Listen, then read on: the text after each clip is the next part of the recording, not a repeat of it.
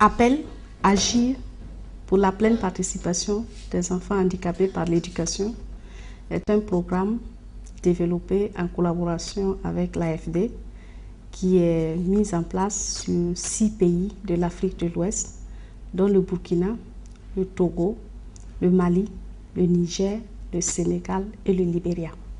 Le Togo et le Burkina ont développé des dispositifs innovants qu'ils ont expérimentés depuis un certain nombre d'années déjà. C'est le soutien en famille au Togo, le système des enseignants itinérants également au Togo, mais aussi les CETIS et classes inclusives au Burkina Faso. Quelle est la dernière leçon d'observation? Dans le dispositif, c'est nous qui les identifions et nous les plaçons dans les écoles. Et c'est également des enseignants que nous encadrons qui sont à leur tour chargés de faire l'encadrement de ces enfants au sein des écoles.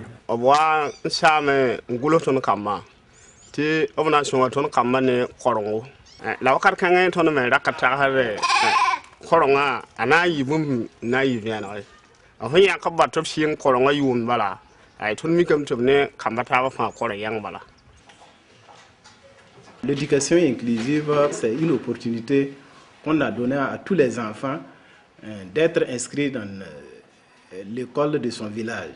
Il fallait déplacer les enfants dans une école spécialisée. Mais l'inclusion, ça permet à l'enfant d'être inscrit dans l'école de son village. Oh, on applaudit. Le mouton aussi est un animal domestique. Nous avons 4 écoles où cette innovation est beaucoup pratiquée. Je vais parler des écoles de Tanguay et application A, Mouansoua et puis Poulsin, où nous avons d'abord eu des CETIS et on a pu évoluer par la suite vers ces classes inclusives. CETIS, c'est la classe transitoire d'intégration scolaire. C'est un dispositif qui accueille une dizaine d'enfants dans une classe donnée avec un enseignant formé en langue de signes et ils apprennent eux aussi la langue de signes et le programme de CP1 et CP2.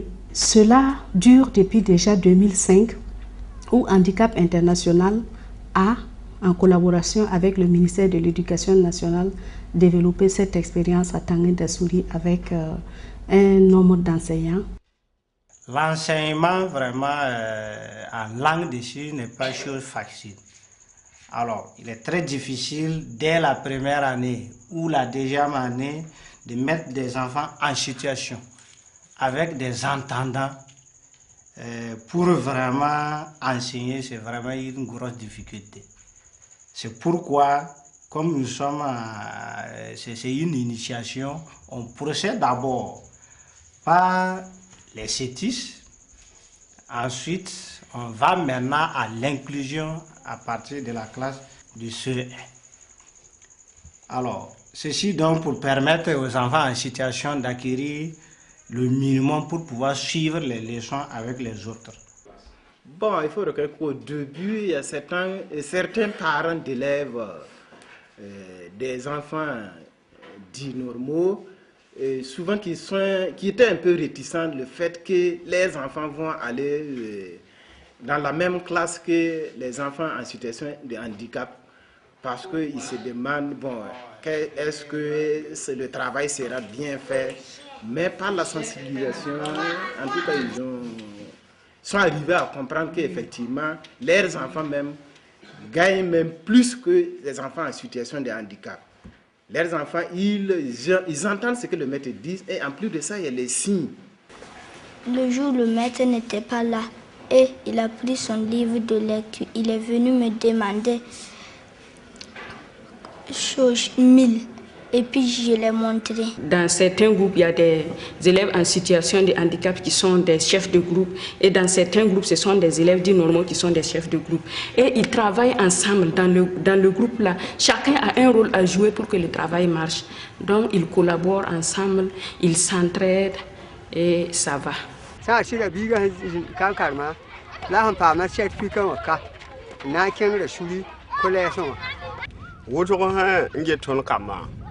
nerfa sundia no bala ne bara katien roto tondo golamba tondo golamba fukda me yamma na wana ti yam kamba wata woto kama minga woto no aba pam bangra tun sundia no ti hasira dati ti fo hanta neta handa ampai hampa wum gwa minga woto pa no mfo la bangra nkitami ti shebra pere woto no ya wonet hanta nore. Il faut relever l'accompagnement permanent depuis le début du CEFIS, qui est un centre qui accueille des enfants sourds et entendants dans le même centre où ils sont scolarisés. Et ce sont les enseignants de ce centre et la directrice elle-même qui ont assuré la formation et le suivi de ces enseignants depuis 2005 à maintenant. Le contenu de formation que nous avons reçu actuellement même contient beaucoup d'insuffisances qui ne nous permettent pas de répondre vraiment à toutes les situations dans la classe. On a reçu une formation en langue des signes et le temps de formation est très insuffisant. Le maître se débrouille comme il peut en classe pour en tout cas satisfaire ces enfants qui sont en situation de handicap. On va te former en 4 semaines une langue et puis venir enseigner dans cette langue. C'est un peu difficile, puisque si ce n'est pas en classe seulement, au dehors, on n'a pas l'occasion de s'exercer. Au CP1, on voit pour le langage, il y a les relations sociales. Il faut des figurines pour exprimer la famille, les grands-parents et les membres de la famille. Il faut des figurines pour ça, pour pouvoir dispenser les différentes sortes de leçons. Enseigner de façon traditionnelle et traduire en langue des signes devient vraiment un double travail. Et nous n'avons aucune motivation pour ça. Motivation, je vais dire, à l'image, j'allais dire, des innovations pédagogiques. Les autres ont des indemnités par mois, mais nous n'avons rien.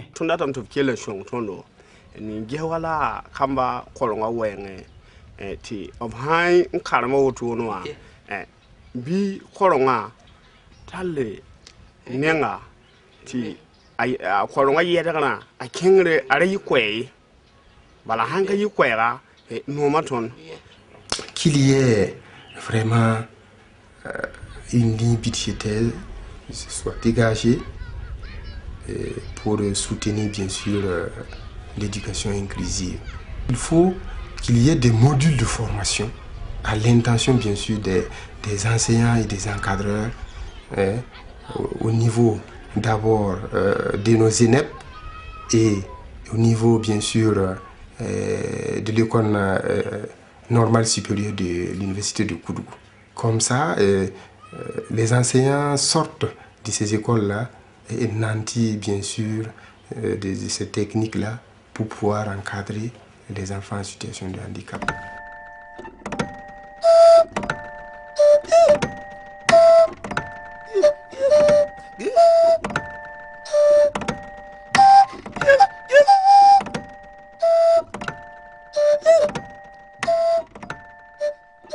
En 2009, quand nous avions commencé l'identification des enfants, nous avions pris en compte toutes les déficiences sans discrimination, donc la déficience motrice, la déficience sensorielle, donc les enfants déficients auditifs et visuels, plus la déficience mentale, qu'elle soit légère ou lourde.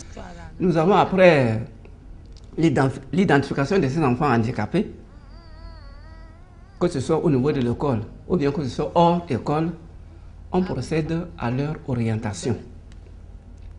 Et l'orientation se fait à l'école, se fait dans les écoles spécialisées, se fait aussi en famille. J'étais devant ma cour et il y a un agent de Afumoto qui faisait le recensement dans le quartier. Et on l'a dit qu'il y a un enfant handicapé qui se trouve dans la maison ici. Et il est venu me contacter. Il m'a demandé comment cela est arrivé. Et depuis ce jour, on a commencé par travailler ensemble. Le premier jour, je n'avais pas accepté, c'était quelque chose de honte pour moi. Donc, ils sont leur travail, ils sont là pour voir leur cas. C'est en ce moment que même je me suis laissée à eux. Ils m'ont donné des conseils qu'ils avaient. Les agents RBC appuient la communauté bénévolement. Leur travail est d'appuyer les personnes handicapées pour leur meilleure autonomie. C'est avec des conseils, des jeux qu'on arrive à stimuler l'enfant dans ces activités. Nous avons reçu certaines formations pour intégrer le travail de soutien en famille. Par exemple, le développement de l'enfant dès sa naissance jusqu'à l'âge de 12 ans. Comment installer un enfant avec un handicap lourd. On a eu une formation aussi sur l'orthophonie, le braille et la langue des signes pour pouvoir communiquer avec ses enfants. Avant le soutien en famille, les enfants étaient laissés à la charge de leurs parents et le plus souvent c'est la maman qui s'occupe. Le soutien que nous apportons va tout d'abord directement à l'enfant pour développer l'autonomie, amener les parents à changer de regard vis-à-vis de l'enfant qui est en situation de handicap. Il y a un planning qui se fait avec la famille. Nous donnons des rendez-vous et nous faisons des suivis. Et lorsque nous venons pour faire le travail, nous-mêmes nous exerçons, nous menons quelques activités techniques que nous avions eu à avoir lors des formations et nous amenons les parents à exercer, à faire ces mêmes exercices à notre absence. Ne pas attendre que c'est le jour que nous allons venir et que l'activité sera menée. Chaque famille a choisi un jour. Donc tous les jours, nous sommes sur le terrain, dans les familles, pour mener notre activité de soutien en famille. Notre présence dans la famille et notre attachement envers l'enfant fait que la population ou bien la communauté est en train de s'adapter à l'enfant.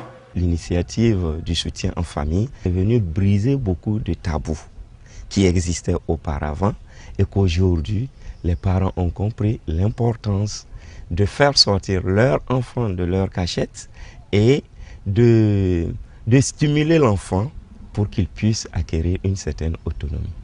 En Afrique, quand on a de ces enfants-là, les gens pensent que tu as fait quelque chose pour mériter ça. Tu as fait quelque chose, c'est pourquoi bon Dieu t'a puni.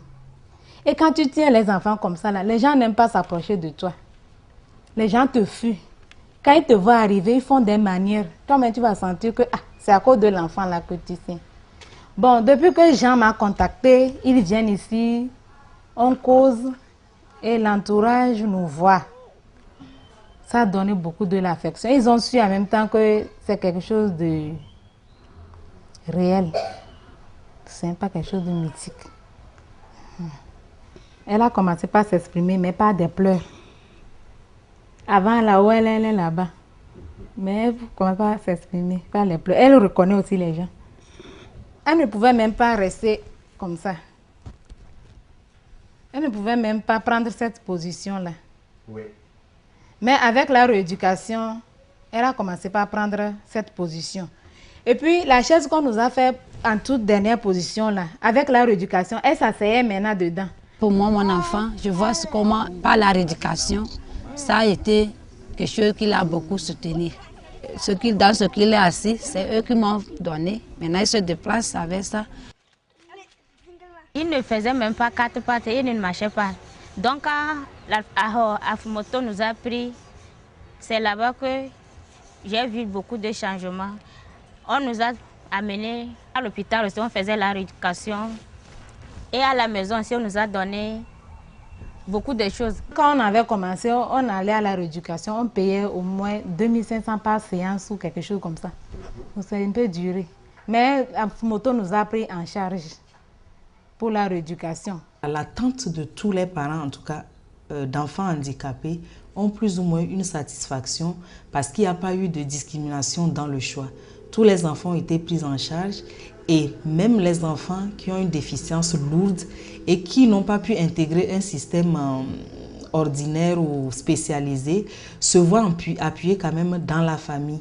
Et ça s'est ressenti avec l'autonomie de ces enfants qui, et partant de la position couchée, démunis et avec un environnement limité, se sont vus assis avec les matériels adaptés qui ont finalement rendu autonome et l'enfant qui se sent désormais membre de la famille et du parent, surtout des mamans, qui se sentent désormais beaucoup plus soulagés et qui peuvent vaquer à leurs occupations sans être obligés de garder l'enfant tous les jours. Au niveau du dispositif, nous avons quand même des partenaires, CRAO par exemple, qui s'occupent de la rééducation fonctionnelle et aussi de l'appareillage de certains enfants, la conception des corsets-sièges, et il y a Handicap International aussi qui vient en renfort aussi en matière de compétences.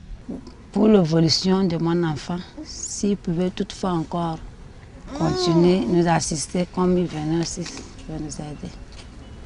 C'est pas parce que l'enfant est trisomique, c'est pas parce que l'enfant a une déficience lourde et qui est totalement dépendant qu'on doit ignorer la chance qu'il lui reste encore d'être plus ou moins autonome et pourquoi pas d'intégrer à court, long ou moyen terme le système ordinaire ou spécialisé.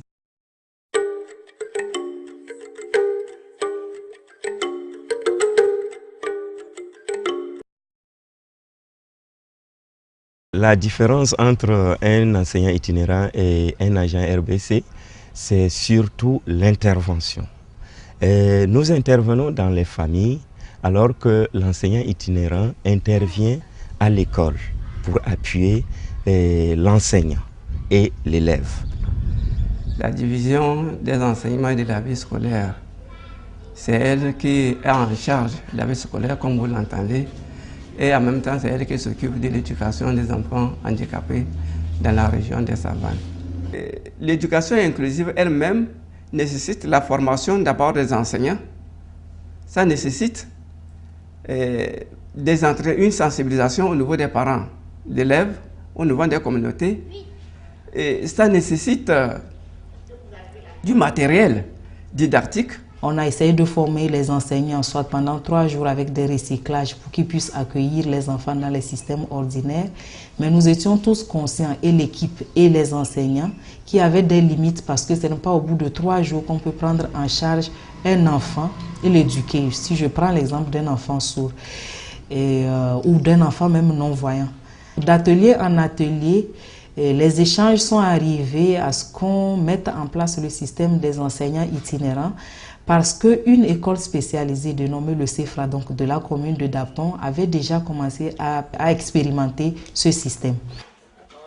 C'est en 1996 que le CEFRA, pour la première fois, allait intégrer les enfants au niveau des classes ordinaires pour suivre les enfants non-entendants comme non-voyants intégrés dans les écoles. L'école étant la propriété de l'État, il fallait se retourner vers la direction régionale de l'éducation, qui était en fait également partant, puisqu'étant acteur du projet, pour voir dans quelle mesure ils pouvaient nous mettre à disposition des enseignants qui puissent jouer ce rôle d'enseignants itinérants.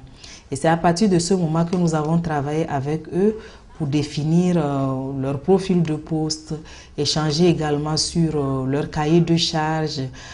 Et on a lancé le test, mais en travaillant clairement en étroite collaboration avec la DRE, la Direction régionale de l'éducation, qui a lancé le test de recrutement, et on a procédé effectivement à la collecte des candidatures, aux tests, aux interviews et à la rétention de 3 enseignants itinérants. Dans cette classe, je m'occupe des enfants avec une déficience physique. Il y a aussi Clémence à côté de moi qui est une IMC, infirmité motrice et cérébrale. Dans d'autres classes, j'ai d'autres types d'handicap. Ce sont des enseignants qui sont formés à la problématique de l'accueil des enfants déficients, à la problématique de l'éducation inclusive, qui sont bien routinés dedans et qui partent pour aller appuyer les enseignants, les parents d'élèves et les élèves même en cas de difficulté. J'ai 2 tâches principales. L'une est d'appuyer l'enfant en situation de handicap. Et la deuxième tâche, c'est d'appuyer l'enseignant qui l'encadre. Je suis quand même le programme que l'enseignant a fait dans le jour. Et je travaille avec l'enfant lorsque je constate qu'il y a certaines choses que l'enfant ne comprend pas. Ou lorsque l'enseignant a des difficultés pour dispenser le cours Là, il me concerte et ensemble, nous discutons quelle méthodologie, quelle stratégie adopter pour pouvoir faire comprendre le cours à l'enfant. L'appui de l'enseignant itinérant consiste à fournir les documents adaptés. Quand je prends par exemple un enfant non-voyant qui est dans une classe, normalement c'est à l'enseignant itinérant de lui fournir le manuel adapté en braille, par exemple le manuel de lecture. C'est à l'enseignant itinérant d'adapter les sujets d'évaluation.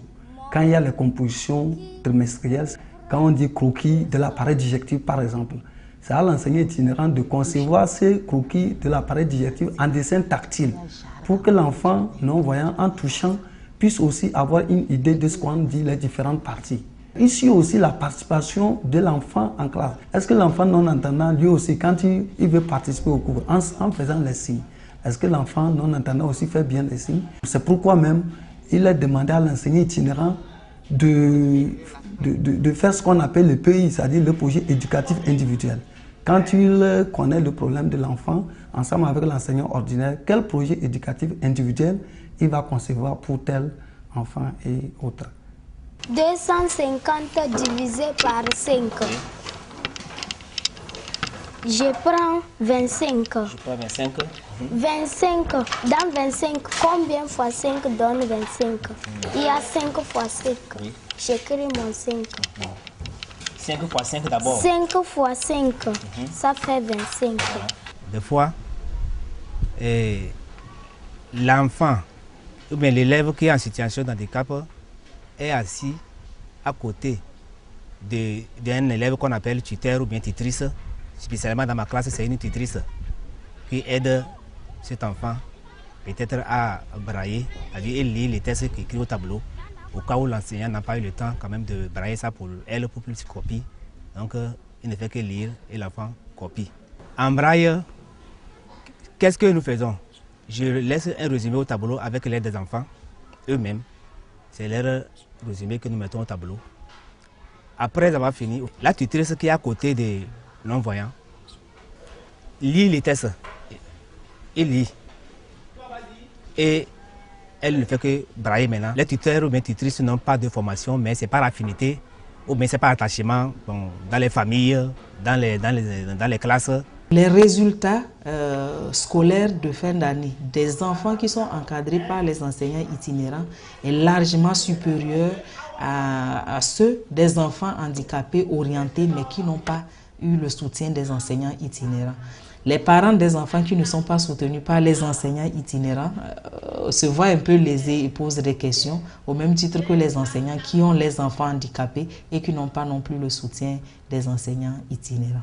Nous sommes tiraillés de gauche à droite parce que partout le besoin se sent et que vraiment nous sommes submergés, on n'arrive pas à visiter les enfants comme cela se doit.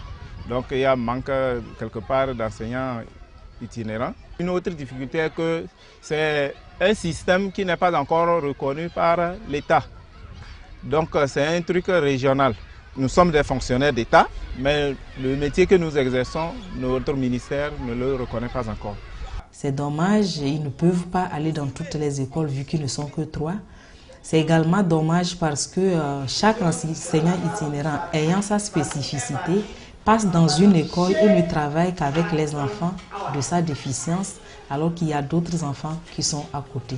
Et donc s'il y a à modéliser, c'est d'ailleurs pour ça qu'on a on a recruté une chargée de ces systèmes, il faudrait qu'on aille vers là, soit pour essayer de donner plusieurs formations à un enseignant itinérant et en même temps en essayant de zonaliser, donc couper la commune en zones pour que un enseignant itinérant puisse couvrir cette zone et avec tous les enfants, ou carrément revoir le système pour que tous les enfants puissent être pris en charge au lieu d'avoir des priorités.